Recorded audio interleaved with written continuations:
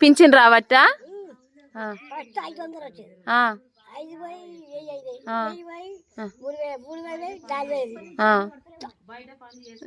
సరిపోతాయా మరి నీకు నెలకు చాలుతాయా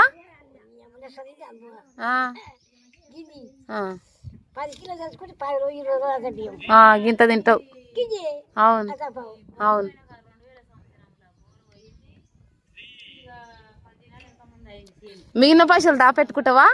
మిగిలిన పైసలు దాపెట్టుకుంటావా పైసలు మిగిలితే దాపెట్టుకుంటావా